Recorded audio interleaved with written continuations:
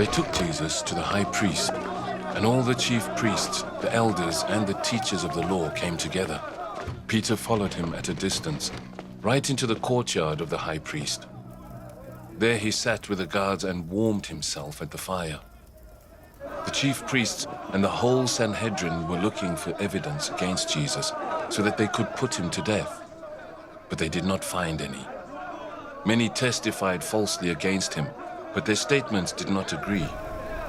Then some stood up and gave this false testimony against him.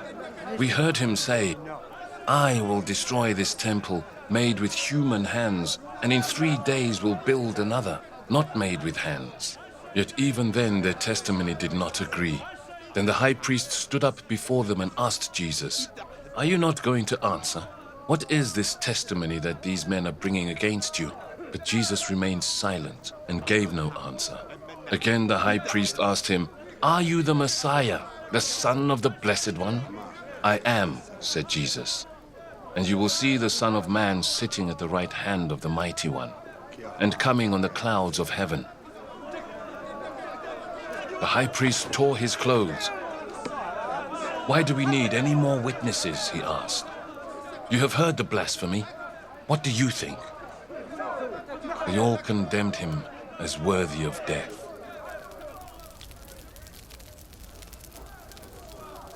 Then some began to spit at him. They blindfolded him, struck him with their fists, and said, "Prophesy!" And the guards took him and beat him. While Peter was below in the courtyard, one of the servant girls of the high priest came by. When she saw Peter warming himself, she looked closely at him. "You also were with that Nazarene, Jesus," she said. But he denied it. "I don't know or understand what you're talking about," he said, and went out into the entryway. When the servant girl saw him there, she said again to those standing around, "This fellow is one of them." Again, he denied it. After a little while, those standing near said to Peter, "Surely you are one of them, for you are a Galilean." He began to call down curses, and he swore to them, "I don't know this man you're talking about." Immediately the rooster crowed the second time. Then Peter remembered the word Jesus had spoken to him. "Before the rooster crows twice, you will disown me 3 times." And he broke down and wept.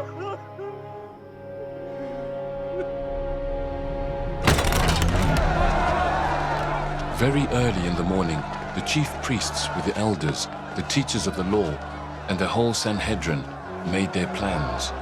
So they bound Jesus, led him away, and handed him over to Pilate.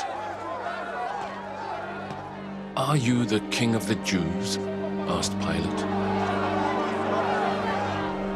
"You have said so," Jesus replied. The chief priests accused him of many things. So again, Pilate asked him, "Aren't you going to answer? See how many things they are accusing you of." But Jesus still made no reply, and Pilate was amazed. Now it was the custom at the festival to release a prisoner whom the people requested. A man called Barabbas was in prison with the insurrectionists who had committed murder in the uprising. The crowd came up and asked Pilate to do for them what he usually did. "Do you want me to release to you the King of the Jews?" asked Pilate, knowing it was out of self-interest that the chief priests had handed Jesus over to him. But the chief priests stirred up the crowd to have Pilate release Barabbas instead. "What shall I do then with the one you call the King of the Jews?" Pilate asked them. "Crucify him," they shouted. "Why? What crime has he committed?" asked Pilate. But they shouted all the louder, "Crucify him!" Wanting to satisfy the crowd, Pilate released Barabbas to them. He had Jesus flogged and handed him over to be crucified. The soldiers led Jesus away into the palace, that is, the Praetorium, and called together the whole company of soldiers. They put a purple robe on him. then twisted together a crown of thorns and set it on him.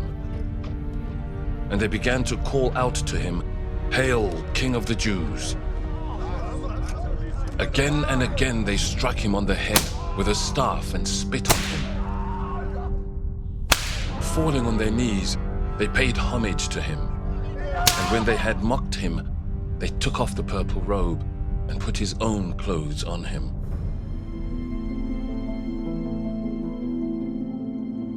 Then they led him out to crucify him.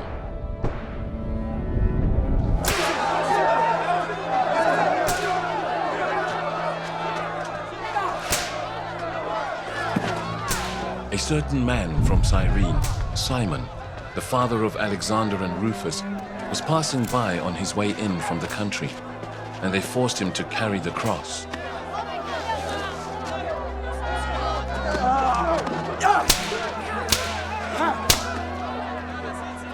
They brought Jesus to the place called Golgotha, which means the place of the skull.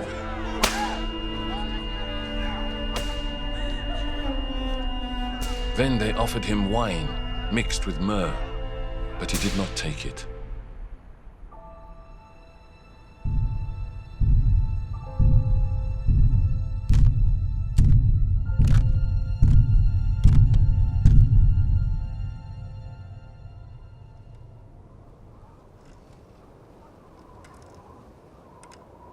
And they crucified him.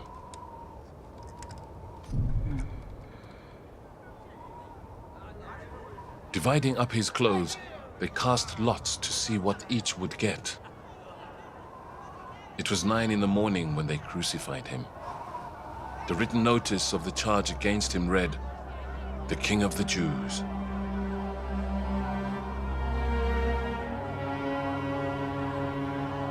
They crucified 2 rebels with him, one on his right and one on his left. Those who passed by hurled insults at him, shaking their heads and saying, "So, you who are going to destroy the temple and build it in 3 days, come down from the cross and save yourself." In the same way, the chief priests and the teachers of the law mocked him among themselves. "He saved others," they said, "but he can't save himself. Let this Messiah, this King of Israel, come down now from the cross, that we may see and believe." Those crucified with him also heaped insults on him.